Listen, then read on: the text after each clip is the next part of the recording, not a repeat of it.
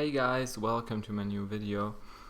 Today I want to show you the apps and the setup I use on my iPhone for every day. And let's just jump right in. So I have this wallpaper. I really like the way it looks, and if you want to use it too, I will have a link in the description.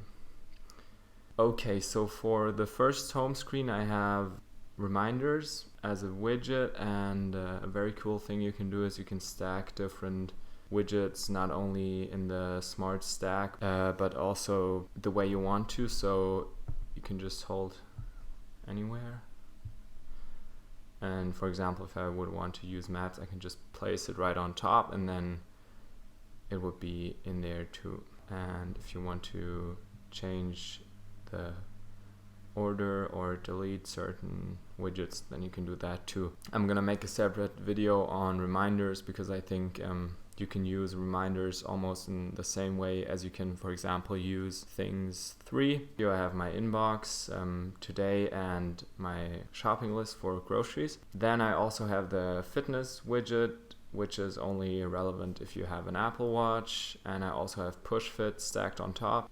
As you can see, I haven't really been doing so many push-ups lately, but yeah, I can see that all the time. Okay, then I have photos. I think that's pretty self-explanatory. Calendar, also accessed very often. Then I have financing apps, banks and PayPal. Then I have home apps, iRobot, Philips Hue and Amplify. If you want to see a video on the Amplify HD router, you can check out the video on my channel. Okay, then I have WhatsApp. I would love to move away from WhatsApp, but I don't know how it is in different countries, but in Germany it's just so widely spread. I can't move away from it because of university and stuff, so sadly I'm kind of forced to use WhatsApp at the moment. I have Anki, which I use for my flashcards, all my studying, and yeah, it's a great app. You can watch all the other videos on it.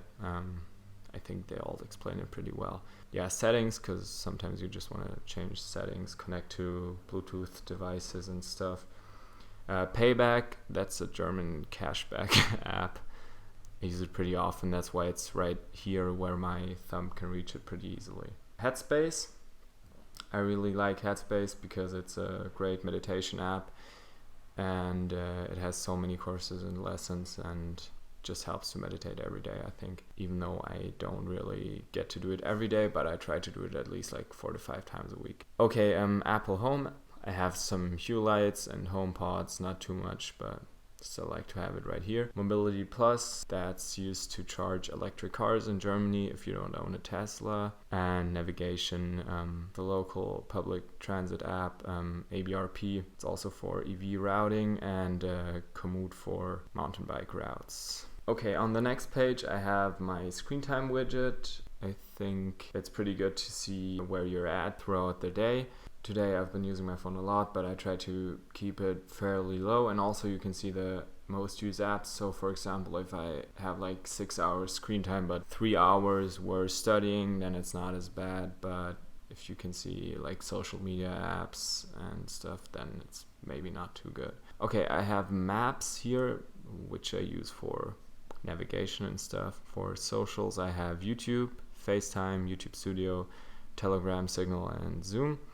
I think that's all pretty generic stuff. I don't have Instagram on my phone anymore because I ended up not really using it that much anyways, so I just decided to delete it altogether. In my productivity folder I have Apple Notes, which I use for journaling and stuff. I have Notability. I use it mainly on my iPad, but if I want to like share notes, then I can just do it from my phone. I also have the Files app because I use iCloud Drive. I have the normal Apple Mail app, and Numbers, which I use for tracking expenses and other spreadsheet purposes. Also Audible, which I think broadly fits into the productivity category, and Ulysses for writing scripts and stuff. And there's also Microsoft Teams. Okay, for shopping, I have just the basic stuff, Amazon, a deals app, price comparison, eBay, stuff like that. I have Parcel Track, which I think is a really cool app.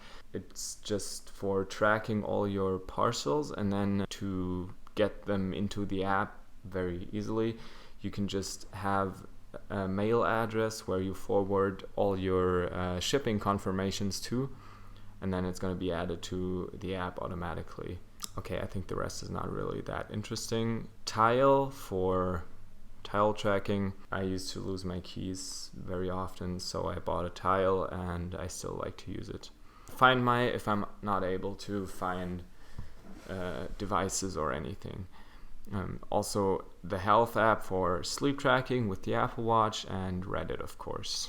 Then I have the small weather widget just to kind of see where the temperatures are at right now. And usually I have the small photos widget here, which just shows you like featured photos, and it's pretty cool, I think, to have some of your photos all the time. But I removed it for the video just not to reveal private pictures and stuff. Okay, on the bottom I have like the most used apps, iMessage, calling, Safari, and music. And the reason why I only have 2 screens is because I really like to use the app library. And if you only have 2 home screens, you can access it pretty quickly. If I had like 4, it would be way more cumbersome. And in there you see all the apps I don't have on the home screen. For example, all the stock Apple apps, like calculator, I just access it from the control center right here. Yeah, measure, wallet, voice memos, just the apps you don't reuse that often. Yeah, so that's pretty much it. I'm really happy with my setup as it is right now.